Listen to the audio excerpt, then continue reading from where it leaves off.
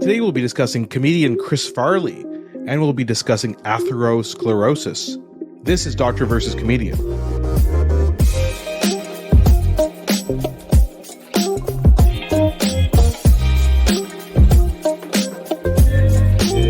I'm Dr. Asif Doja, and this is the Doctor of Laughs. Not a real doctor. Ali Hassan. Every episode I pick a topic for Ali from comedy and entertainment, and I question him about it. Then Ali picks a topic from medicine and health and grills me on that topic. Today we'll be speaking about the legendary comedian Chris Farley.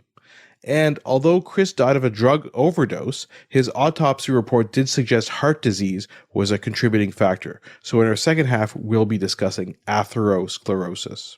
And further proving that I am not a real doctor, because I thought my father had arteriosclerosis. Is that how it's pronounced? Really? But we'll get into that. We'll get into that. It turns out he had this one. He had this one the whole time. Okay. You think you know a guy.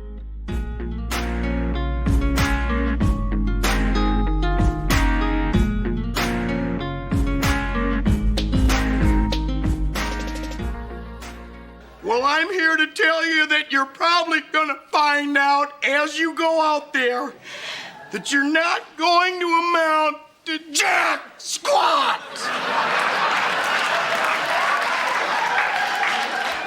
You're going to end up eating a steady diet of government cheese and living in a van down by the river. So, Ali, I want to talk about Chris Farley today. It kind of made me think we should do an episode on him because a little while ago, we interviewed Dr. Mark Shapiro on our podcast, and he talked about his love for Chris Farley and especially the Matt Foley sketch from SNL. Yeah. We should also mention that we didn't talk to Mark Shapiro because he loves SNL. That's something we found out in our conversations. Dr. Shapiro is known as a doctor, but also there's an entertainment content that he puts out on his podcast. A subsection of his podcast is called Med Lasso. He's a big entertainment guy. And I think you two had a huge connection on how much TV you watch. Yeah, exactly. He and I had a connection on the fact that he's a huge SNL fan. So go back, listen to that podcast, and listen to his podcast, Explore the Space. But let's get into Chris Farley. What I thought we'd do, Ali, is kind of what we do with a lot of celebrities. We don't kind of go through their life necessarily in chronological order, but we'll go through a bit of background and some interesting facts. And then what I really want to get at is what do you think his legacy in comedy is?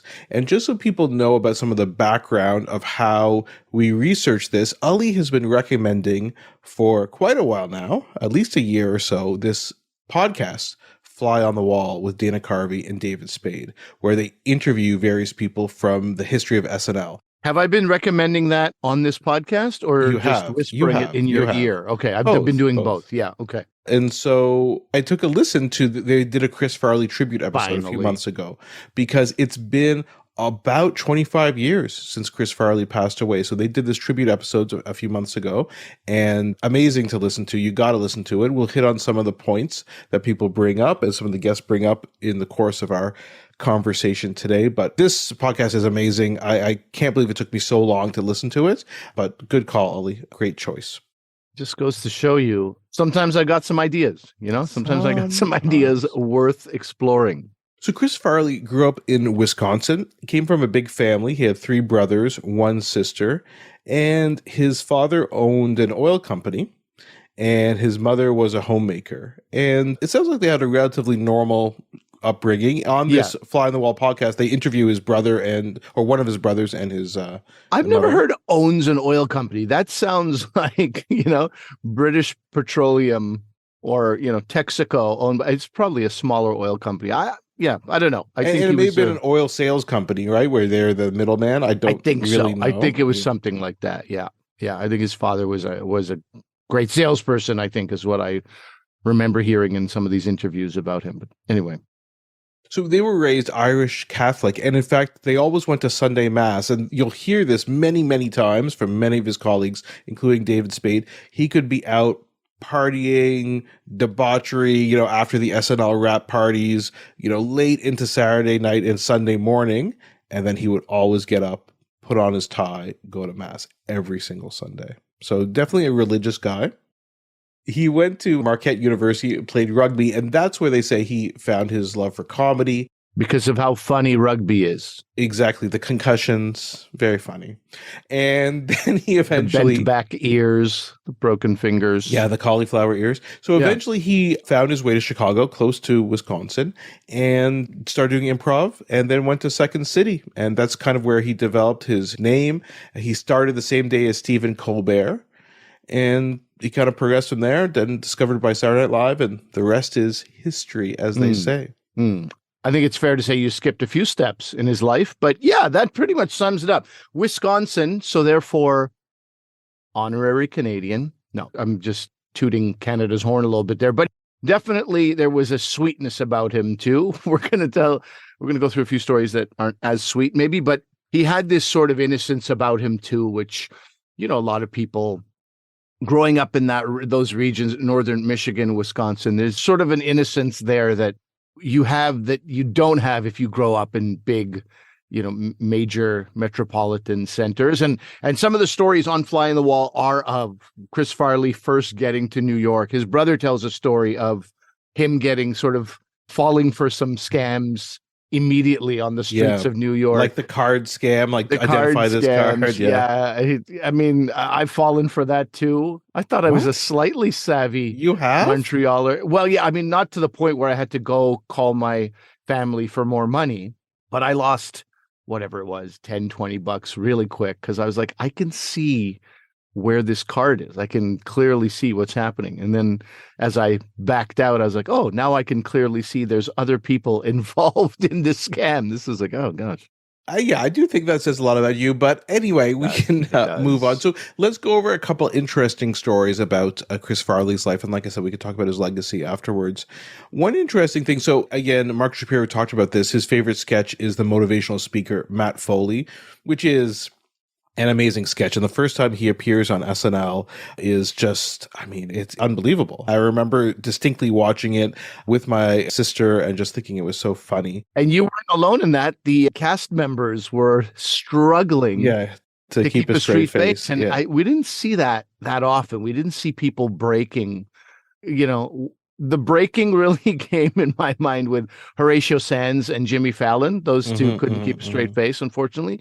But that was one of the few rare times I remember watching cast laugh. I was like, wow, they're laughing. This show really is live. That's why it's called Saturday Night Live. That sketch was actually written by Bob Odenkirk. Bob Odenkirk, famous from Mr. Show, Better Call Saul. Which you introduced me to, yeah. Fantastic show, yeah. Yeah, so I didn't actually know. I should have known this. He was a writer on SNL. Never really a performer, but mainly a writer. Yeah. And so he created this. In fact, he was at Second City with Chris Farley. So which is when they created this. Yeah, exactly. And then they brought the character over to SNL. And apparently based on a Catholic priest, the name is based on a Catholic priest who Matt Foley knew, who Chris Farley knew when he was growing up, named Matt Foley. And then Matt Foley himself was based on one of his high school coaches and his dad. So the name came from the priest, the character and the way he kind of carried himself in the ridiculous format was based on some of these other people. And the way he kind of moved around was like some of the rugby players he knew. So, it's such a physical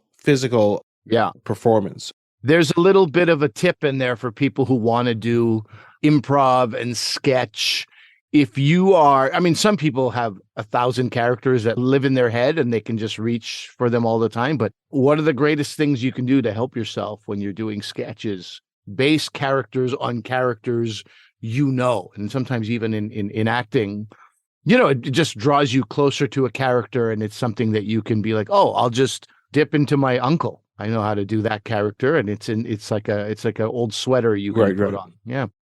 And speaking of sketches then, the other one that he's really well known for, which has some controversy now, is the Chippendale sketch. So I think everybody should know what we're talking about.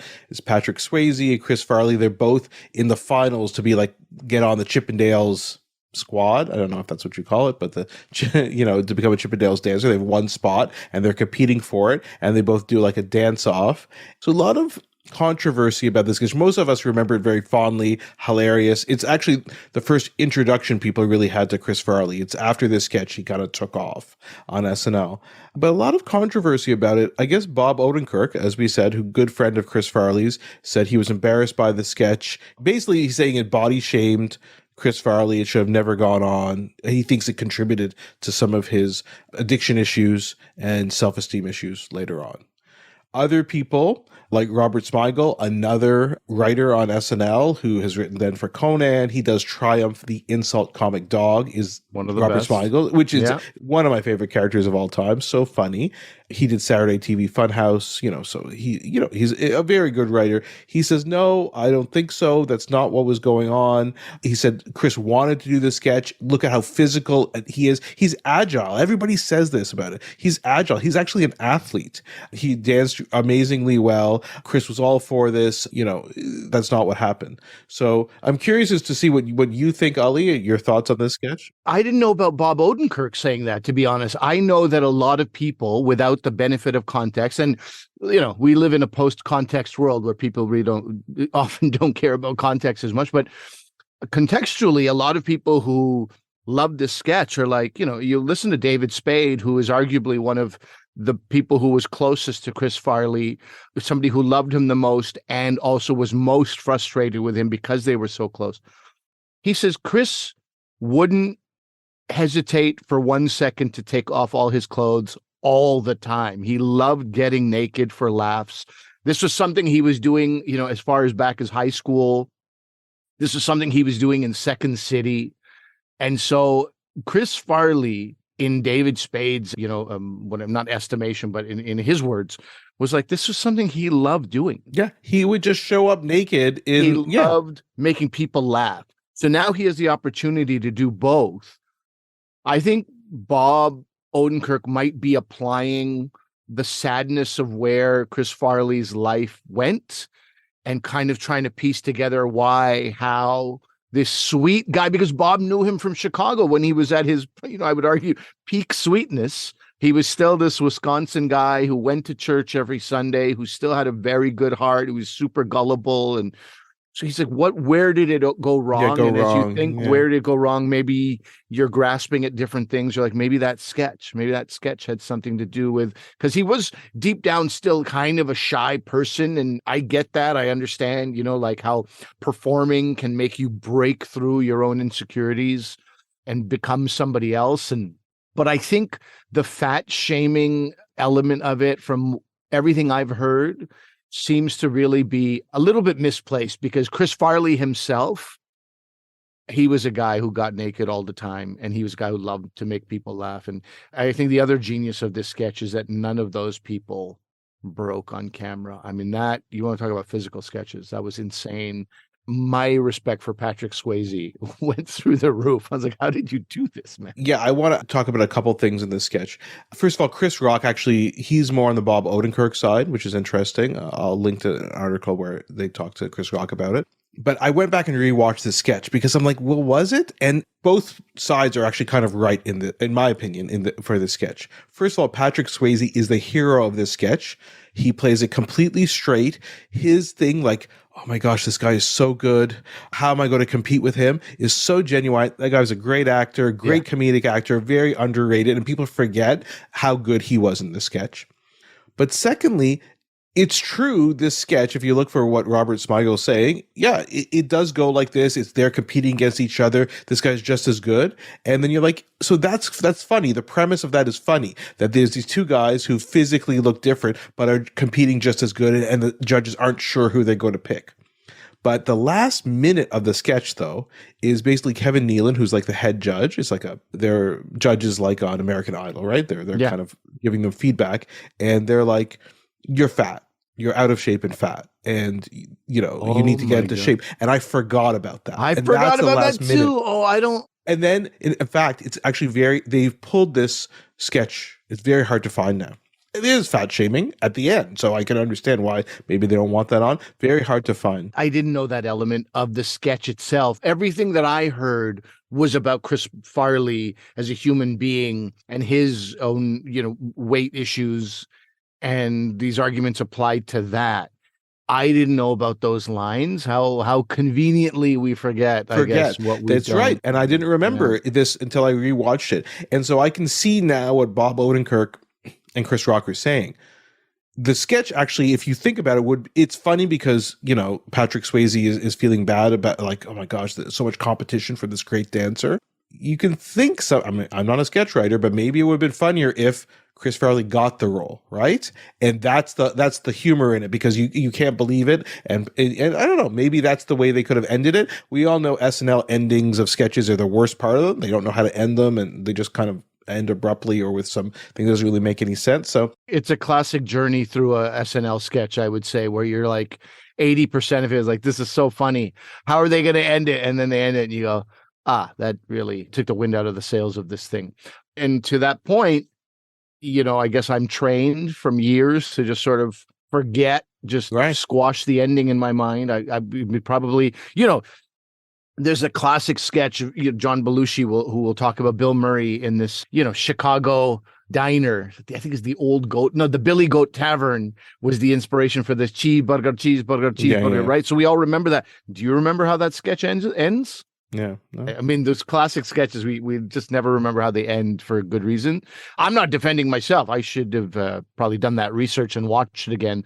But as you said, also very difficult to find. So I'm going to pretend that I looked for it and it was too hard to find. Well, speaking of research and things that are hard to find, we could talk about some of his movies, because I had to look at some of the clips from some of his movies, because I thought, because after SNL, he took off, he was one of the main people, and then he got, his big movies. The big three that he did were Tommy Boy, Black Sheep, and Beverly Hills Ninja. So I thought we'd talk a bit about some of these movies. I also want to talk about friendship and when someone decides that they no longer can continue a friendship with a friend. I feel like I'm in that position because I found out about a half an hour ago that you've never seen Tommy Boy. Yeah, I've actually never seen a Chris Farley movie. Any movie? What is that? I just never. All got I do around on this to it. podcast is talk about how much time you spend. What I never got around to it. I just never. But I've seen clips of Tommy Boy, so I rewatched, the clips that are on YouTube from Tommy Boy, and I mean, it is like. Please send your angry emails to Asif directly. And by the way, if you haven't seen Tommy Boy as a listener, that's not what I'm talking about. I'm talking about Asif Doja, who loved Chris Farley on Saturday Night Live. You only get tiny bits of him. You get this sketch, that sketch. Now, there's a whole movie of Chris Farley. Asif is like a movie aficionado. So, you know what I think it is? I think I didn't appreciate Chris Farley at the time, because I'm like, Matt Foley was a good sketch. Where's my off button here? No, hold on. I'm just telling you the truth. The Chris Farley show that he did where he interviews people, and remember he interviews Paul McCartney. He's like, remember? I mean, yeah. God, he's so funny. But I also thought everybody else was funny. I thought Sandler, David Spade, I loved Hollywood Minute, Chris Rock, I loved Mike Myers, Dana Carvey. So I just thought he was part of the ensemble. I didn't see him jumping out, like a Will Ferrell or an Eddie Murphy. I just thought he was part of the group, and it was funny. But you see now how wrong you are to have had that. I do actually, because the thing is, I rewatched these, first of all, the sketches and these clips, and I laughed out loud. And especially as you get older, laughing out loud at something does not happen a lot. Sorry, Ali. I know you're a stand-up comedian, but no, I see. It's a different thing. I mean, something on TV or a joke in a TV show or movie, right? You don't usually laugh out loud, but when you're laughing out loud, he is amazing, and I regret not appreciating him more at the time. Regrets? I've had a few. Anyway, so you tell us about Tommy Boy. Tommy Boy. I mean, it's a stupid movie. But stupid comedy is, Adam Sandler has made a phenomenal career over what he himself would call these stupid, funny movies, right?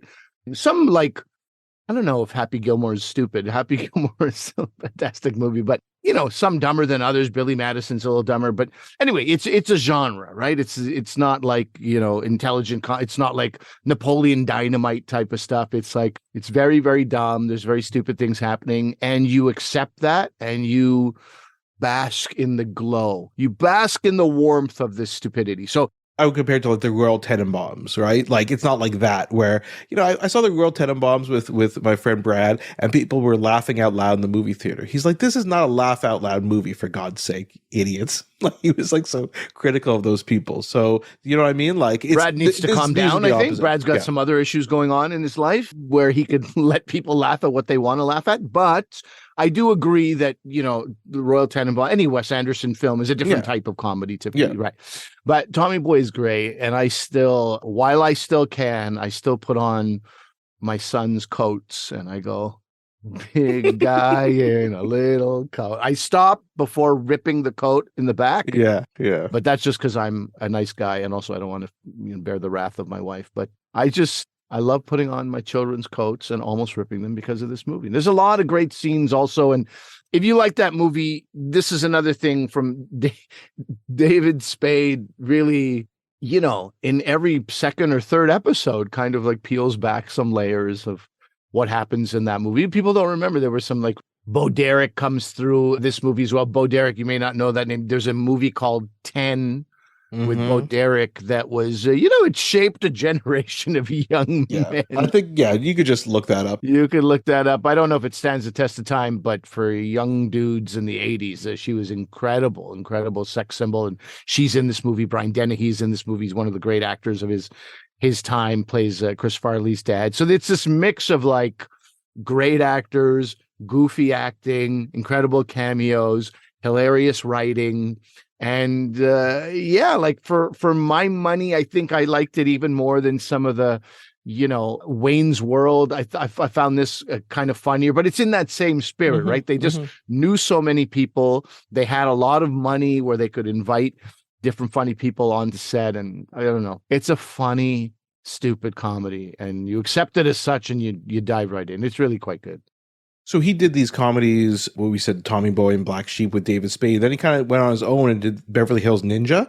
He got $6 million for this, which is a lot of money at the time. You can tell David Spade was probably a bit annoyed. Like, well, I was in the other two hit movies too, and you got $6 million. I got nothing. He got about $150,000 for Joe Dirt. Yeah, don't forget about. You know Joe what? Dirt. Joe Dirt is another one of those movies that it's just dumb, but it's funny. Come on, like apparently they made a sequel. I've not seen it. Don't know if it's any good. I'll follow David Spade down any path he goes on. I find that guy's comedy there's a few people who have a unique style from Saturday Night Live. Kevin Nealon is one of them, who you just mentioned, one of the judges. David Spade is another. It's just like different, interesting voices. Not Norm Macdonald, obviously. Norm Macdonald, yeah. I love these guys. I really like David Spade. So a couple more things about the movie. So apparently Christian Bale, Academy Award nominee Christian Bale. I am Batman. Says Beverly Hills Ninja is his favorite movie of all time. This is hilarious. It's so funny. So I'll link to that article. So that's it. And by the way, Jonah Hill says Tommy Boy is his favorite movie of all time. Now, Jonah Hill is a comedic actor and a dramatic actor. So, there's a bit more, but Christian Bale, I just think that's so funny. A couple other things. Chris Farley was offered the role of the cable guy that Jim Carrey played in the movie The Cable Guy, but he couldn't do it. So it went to Jim Carrey. He was also cast, I had no idea about this. He was the voice of Shrek, and they filmed about 85 to 95%. Sorry, I shouldn't say filmed. They recorded the voice over first, because I think that's maybe what they do first for animation movies. I don't actually know how animation works, but he did the voice cast, and he did about 85 to 95% of it, of recording the dialogue, and then he died. And so they didn't really know what to do. Should they do an impersonator or do the rest of the lines? They talked to his brother, John, because his voice is very similar to Chris's, but John couldn't bring himself to do it. It was too difficult.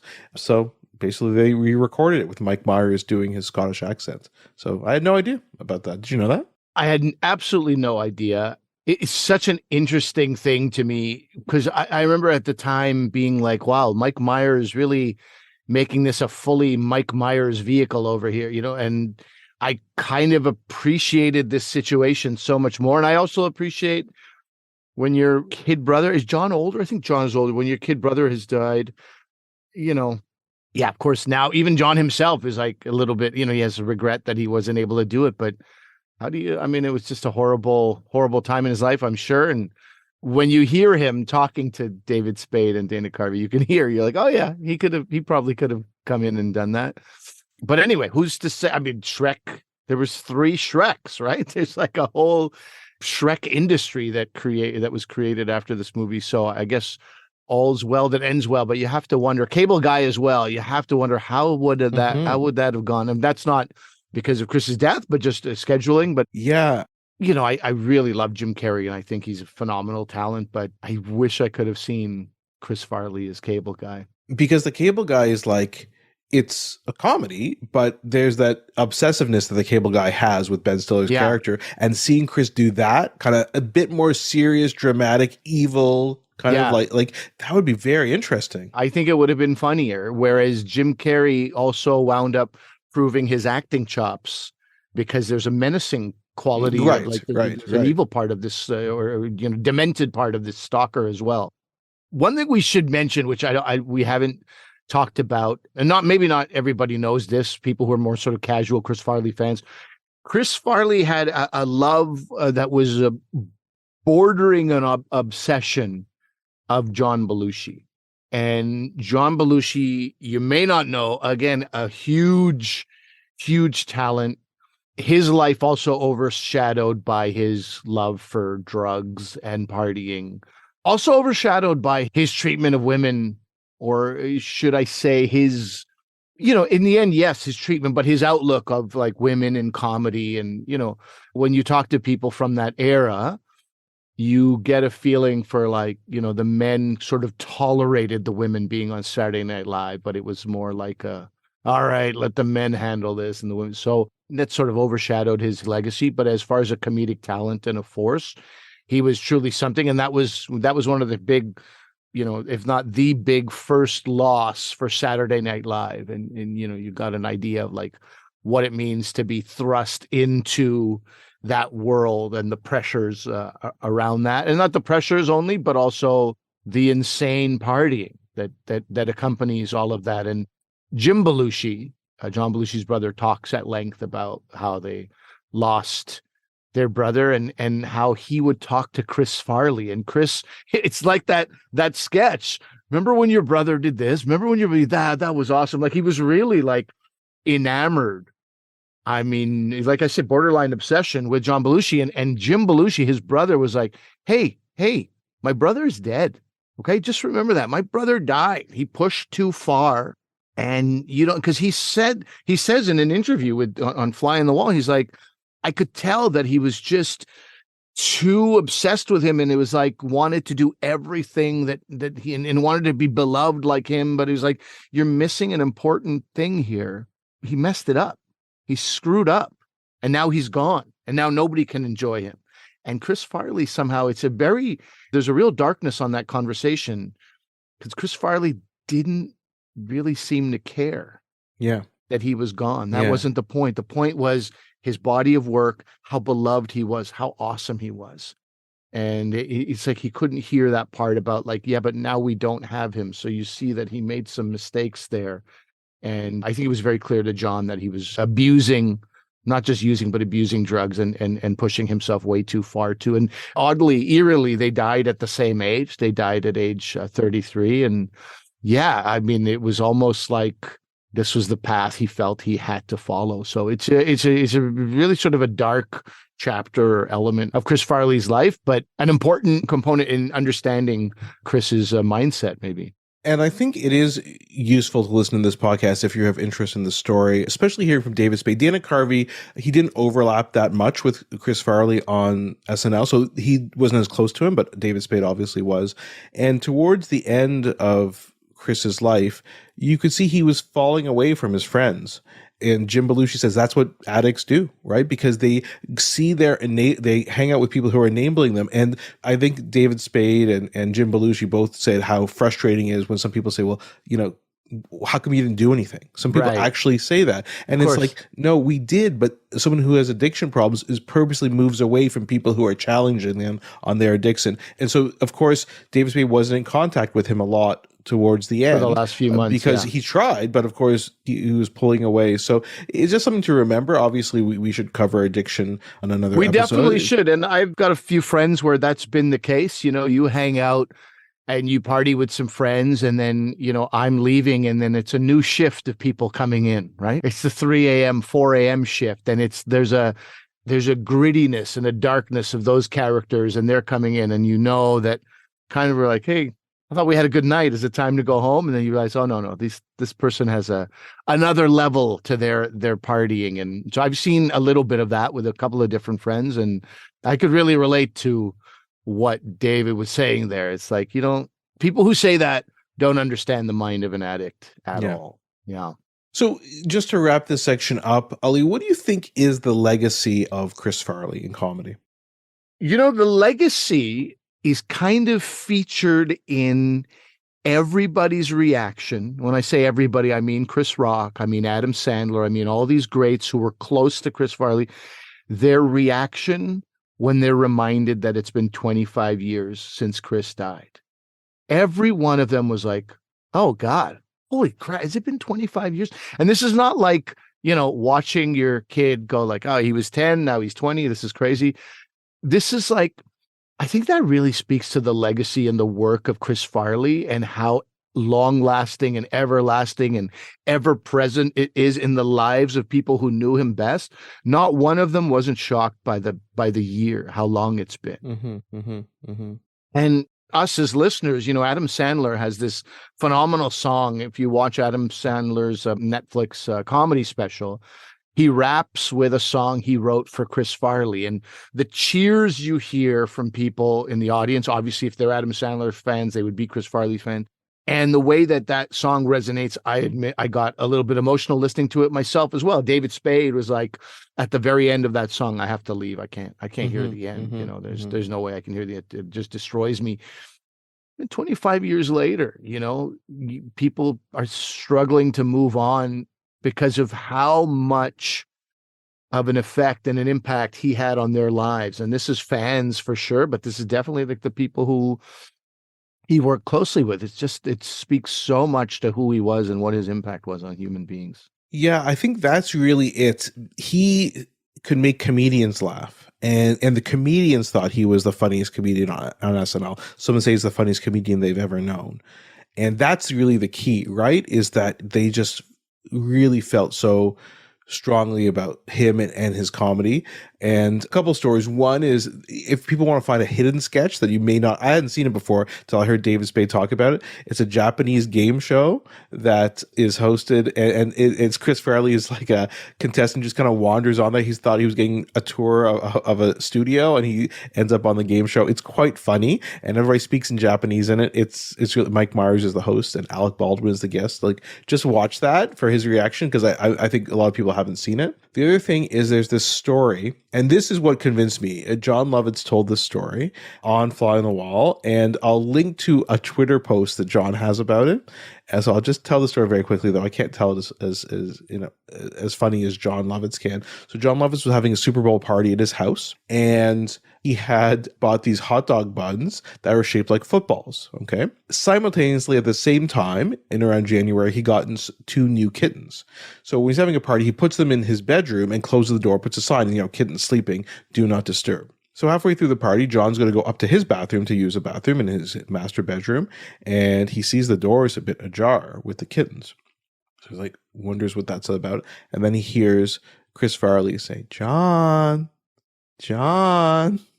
And John Lovitz turns around, and Chris Farley has one of the kittens in one of the football-shaped buns and pretending to eat it.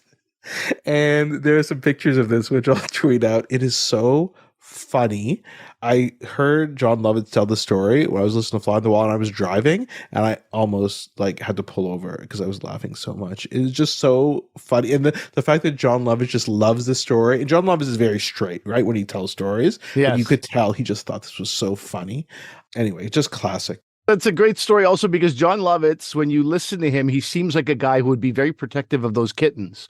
I put the sign on the door. Nobody's supposed to go in. Kittens are sleeping. Guys, these are my brand new kittens. And I think he would have been with anybody else, but Chris Farley had a way to pierce through and do things that you're like, oh, God damn it, Chris. I also think that if that story bothers you in any way, if you feel sad for the kittens, maybe don't go back and watch any of the Chris Farley stuff. It might not be for you. Some of these things don't stand the test of time. You kind of have to be an SNL fan from that era, including that Japanese game show, right? So not everyone's going to be into people talking a fake Japanese and pretending. I thought they were really speaking Japanese. You think Mike Myers learned I heard that they learned Japanese for it. But joking. Listen, definitely somebody speaking Japanese should let us know. Yes, yeah. It didn't sound like fake Japanese, which is pretty racist. That's my understanding, that they had to learn Japanese for it. But Anyway, take a look. Someone let us know. I apologize for my ignorance about Japanese. And you've been to Japan, haven't you? I have when I was a kid. So anyway, Mm. and he didn't eat those kittens, by the way, in case you're wondering about that. No kittens were harmed in the making of that show or this show. Well, I ain't the same without you, boy. And that's why I'm singing about my friend Chris Farley. And if we make enough noise, maybe he'll hear us. Give it up for the great Chris Farley.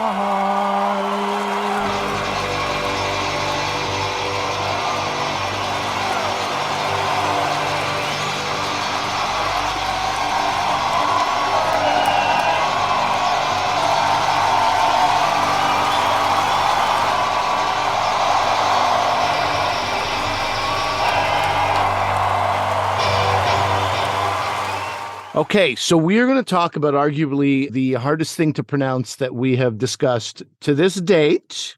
I'm sure there'll be more. Actually, there have been a few tough ones out there, but this one, atherosclerosis? Is that what I have to really nail the A on that, right? I have been calling it arteriosclerosis, which I also can't pronounce. My father suffered from this, atherosclerosis, and more importantly, so did Chris Farley, potentially leading to his death from a drug overdose, and that's why we're talking. Yeah, they about said it was today. a contributing factor in his autopsy. Right, and then I'm sure he had a few contributing. I mean, guy lived very hard and very fast. I'm sure there's a bunch of stuff going on there. Probably wasn't getting his 8 hours of sleep a day. Probably wasn't. Yeah. So this is a word. I think you say it's a Greek word. How do we break this down? Yeah, so let's just start. Arteriosclerosis is hardening of the arteries. That's a bit different and not as common as this atherosclerosis. So we'll just stick with talking about that. So as you said, it's a Greek word. So what it means is an accumulation of lipid. Lipid is fats, and ather in Greek means gruel.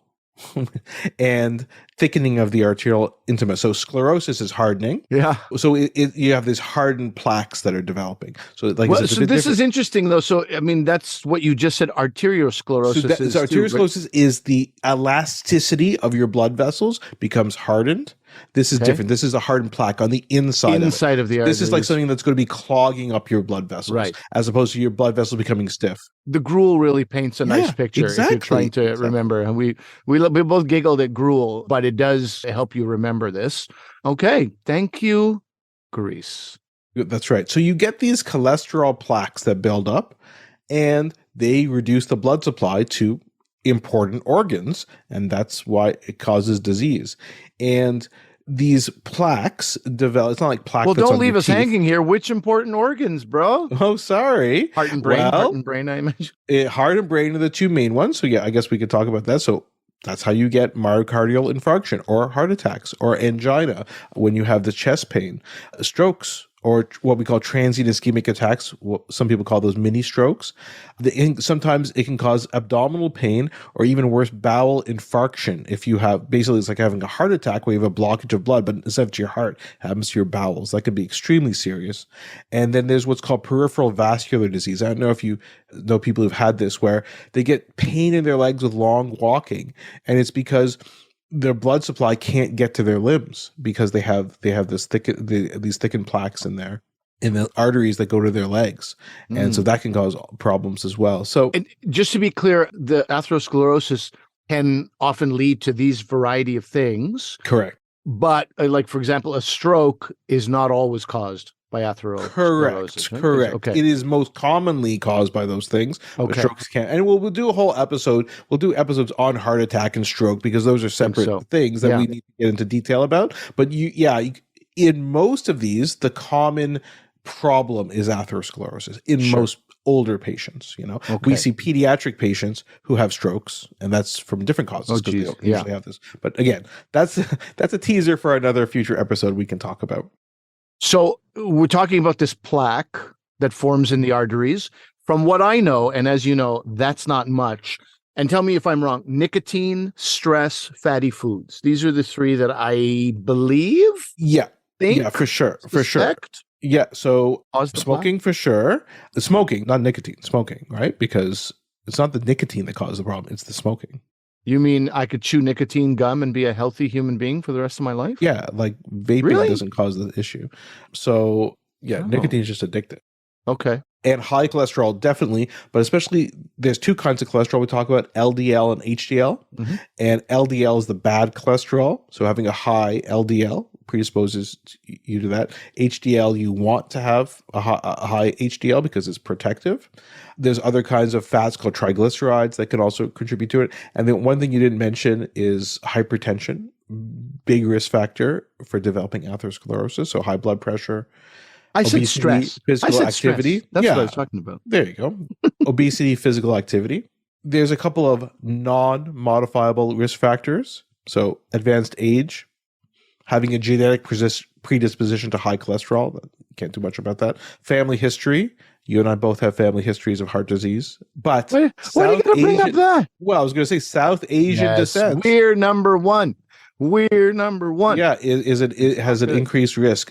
And so what's interesting is if you look at these patterns, because I know you said on a previous episode you want to talk a bit more about this, you have increasing quote unquote westernization. I'm not sure that's the right term to use, but if you know what I'm saying with that, the frequency of coronary artery disease in Eastern countries was low and high in the West. But as we have adoption of more of a Western diet, sedentary lifestyle, now we're seeing an increase. So we're seeing that, again, atherosclerosis, rare in the African continent, but now increasing in the Middle East, Central and South America, and India. And we know that Asian Indians, so that's South Asians, have a 2 to 3-fold higher incidence of atherosclerosis and like coronary artery disease than do white people, say, in the US. And that is not just when they leave the subcontinent. Yeah, it's happening in India as well. And I've linked to a very interesting webpage from the Indian Heart Association. They say that India now accounts for approximately 60% of the world's heart disease burden, despite having less than 20% of the world's population. Heart disease strikes Indians and South Asians at an earlier age, 33% earlier than other demographics. 50% of heart attacks in men occur under age 50, and 25% of heart attacks in Indian men occur under age 40. Mm-hmm. And it's estimated 40% of all stroke-related deaths worldwide occur in South Asians. I mean, these are crazy numbers. So they attribute this with this. I know that's your question, right? Like why? And it's because they think there's an underlying genetic predisposition and the shift of these modifiable factors. So more red meats, more saturated fats, more trans fats, increased stress, and higher sedentary lifestyle. We talked about this before. Now people working, instead of working outside, they're working call centers, they're working in IT, so more sedentary lifestyle. So that's a non-modifiable risk factor. These things are all kind of concerning. You can change the genetics, though. If you have a genetic predisposition, you can't change your genetics. You can change your why can't you start eating and living a completely different life? You can. Yeah. That will help, obviously. You know what I mean? So that's why we have modifiable risk factors. Oh, I thought genetics was a non-modifiable. Yeah, you can't modify your genetics because your genetics are your genes in your body. But your predisposition doesn't dictate that, like, you don't sit back and go... No, of course not. But you can't change if you and I are genetically predisposed to having heart attacks. Not going to change. We cannot change that. What we can do is modify everything else to decrease that risk. Right. So I don't know if you know this, but I take a lipid-lowering agent. I'm well aware of that, yeah. Oh, okay. Well, the rest of you are too, okay? So, in fact, we'll talk about the treatment in a second and why I take that, because it's because, again, I have this genetic predisposition. But let's talk about what actually happens, right? So you get these plaques kind of forming. Like I said, they're not like a dental plaque, they're a plaque on your teeth. And they have a lot of things in them. They have these low-density lipoproteins. They have other smooth muscle cells, sometimes calcium in these. And they start to form. And then it's called an atheroma. That's the other name for the plaque. But it eventually, often because of turbulent blood flow and other reasons, can ulcerate. And that leads to a clot formation. And this clot formation can often obstruct the flow of blood. And even if it doesn't do that really rapidly, that could be a heart attack, but it could cause stenosis or narrowing of the blood vessel, which can also cause problems as well. So basically, the question is that if this is so bad and causes all these potential problems, what can we do about this? And take a walk, do some sit-ups. There we go. Eat a salad. Exercise for sure. Moderate physical activity is recommended for all people. And you can do these online tests that screen your risk based on your family history. And if you've had your cholesterol level checks, you could enter that as well. And it can look at your risk, and that may help to determine what you need to do. To raise your stress, potentially, depending on what the result is. And speaking of which, some people will have to get scans to look into this more. So we can do nuclear medicine scans. You can do stress testing, right? People have heard about the cardiac stress testing. Again, your doctor won't do all of those things if you have no symptoms, but definitely if you have symptoms, they may consider it depending on your risk factors, but that's a bit of an individual test. But talk to your family doctor about that. But anyway, getting back to what you're saying, so prevention is really the key, right? On future episodes, we could talk about what you do if you have an acute. So in other words, you're now having a heart attack. If you're now having a heart attack, actually call 911. Stop listening to the podcast unless the podcast helps you relax while you're waiting for the ambulance, in which case you may do both. You could do both. You can have your cake and eat it too. That's right. Don't have cake though, because cake would probably lead it's to just really atherosclerosis. complicated. Yeah, it's bad. So we'll talk about those maybe on a future episode, what we could do in medicine if you're having a heart attack, what we could do if you're having a stroke. This is one of those, are your vegetables killing you? Stay tuned. More at 6. You know what I mean? You go, wait, my vegetables I need to know if my vegetables are killing me. Why are you going to do this at the end of the local news? So we're not only doing end of local news, we're doing like 5 episodes from now. Hey, if you're having a heart attack, you're going to learn about that in a month. It's because there are complicated things. So you get the coronary artery bypass graft, which I know people who've had that. That's the heart surgery that lots of people have. Or stents. We've had people in my family who've had stents put in. That's a non-open heart surgery type procedure you can get done. But those are why don't we talk about things that people can do on a daily basis, right? Yeah. To help prevent. So, as you said, stop smoking. For sure. That's one of the best things you could do. If you are overweight, lose weight, because that will decrease your risk and decrease your risk of diabetes, which we know is also put you at risk of heart disease.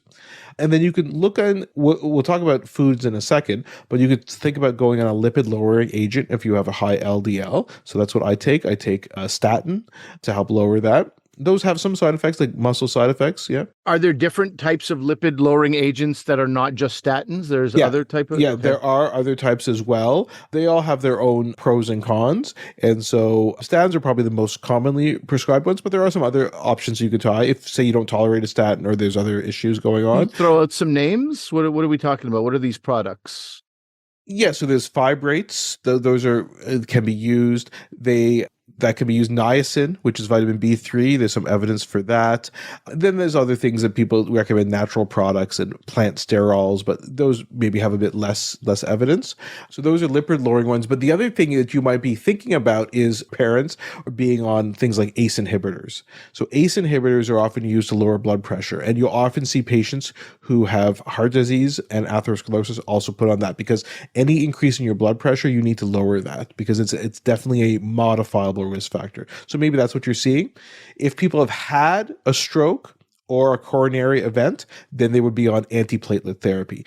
Aspirin, usually with another kind of antiplatelet therapy, but again, we can talk about those on a future episode. So I'm just telling you, Ali, when you see somebody who's had heart disease, atherosclerosis, stroke, they're on a bunch of medicines, these were the different types of things they'll be on. Often antiplatelet, blood pressure, lipid lowering. I've never had a heart attack or TIA or coronary symptoms. So Hang in there, buddy. Hang in there. So I wouldn't be on those ones, but because of my family history, I had this other blood test which indicates this predisposition to high cholesterol, then I would be on a lipid lowering agent. But let's talk about diet, because I know that's a big thing that you like to talk about. People are talking about it, not just me. It's out there. It's out there. It is. I'm glad you're going to talk about it, because the amount of oil we use as South Asians, it's not for no reason that we're not a leader in heart disease. The style of cooking we have, and then also, I talk about this in on stage.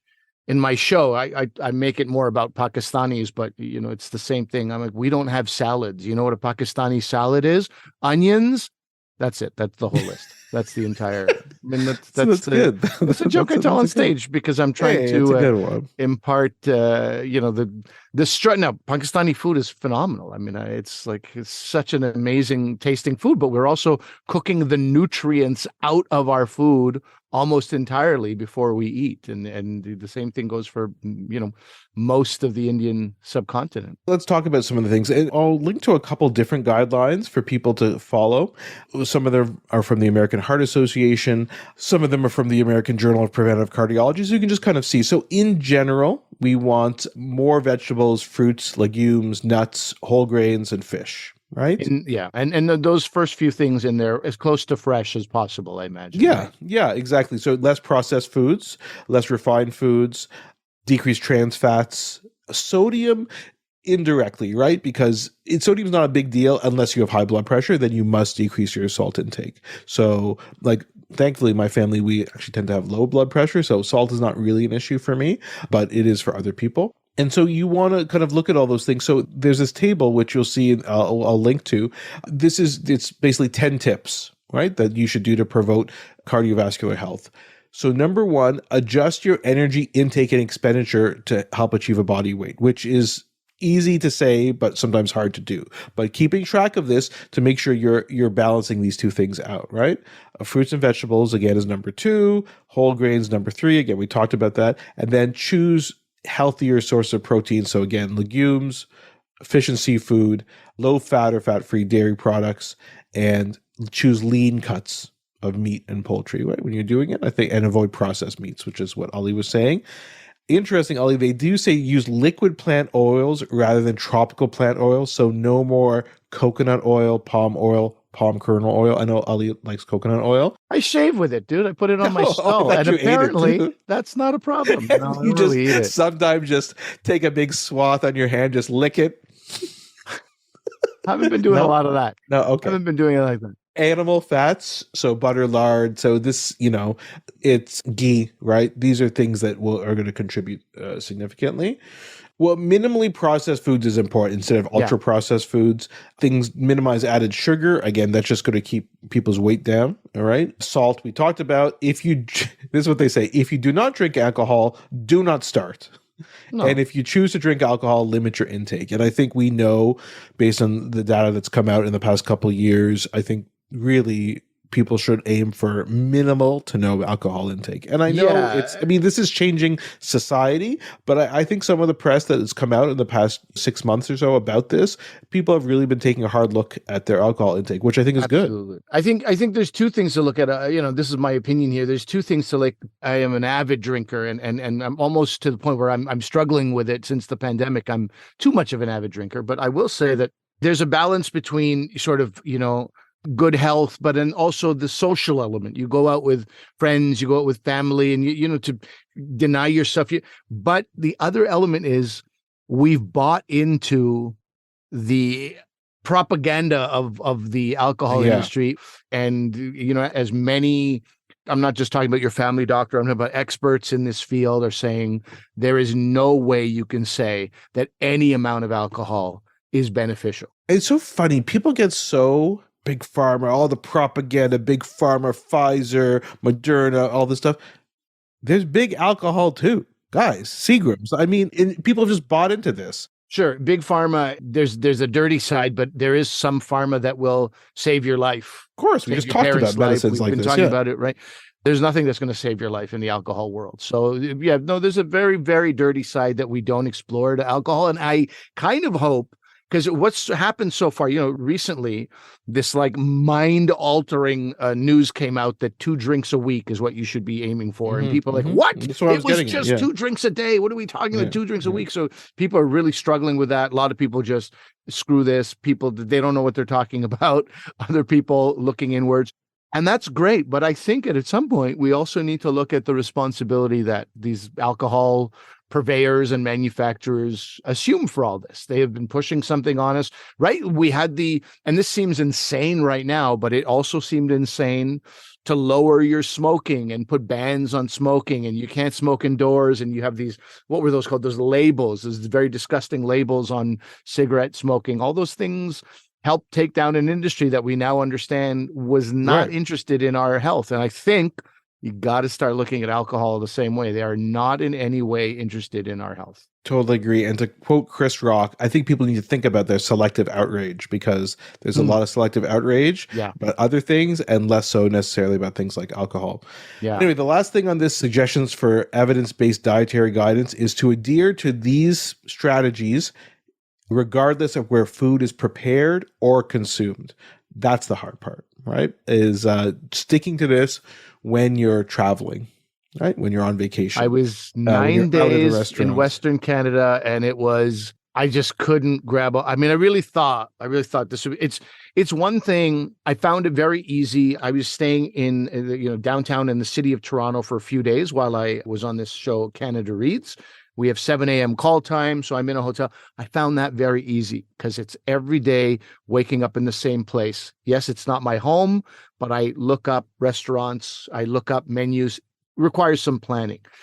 But when I was on a tour and traveling like 2 days in Regina, 2 days, 1 day Saskatoon, early flight, late this, time changes. If somebody has some resources that can help people who are, literally on the road and moving, I think that's a huge struggle to stay healthy and make good choices when you're doing that. The time zone changes and in planes and this kind of. If you have some resources, please share those with us, and we'll share them with our listeners. I think that's very, very difficult. The key to all these things, which it's taken me a while, and trust me, as Ollie knows, I'm not the best at this at all, but is consistency. That is the key. It's the key to all of this. It's the key to exercising regularly and eating correctly. Like they talk about this. I shouldn't say correctly. That's not the right word. Eating in a way to promote cardiovascular health is actually what we're trying to say, is consistency. So the more you can do that, the better. And like Ollie said, if you have any tips for us, let us know.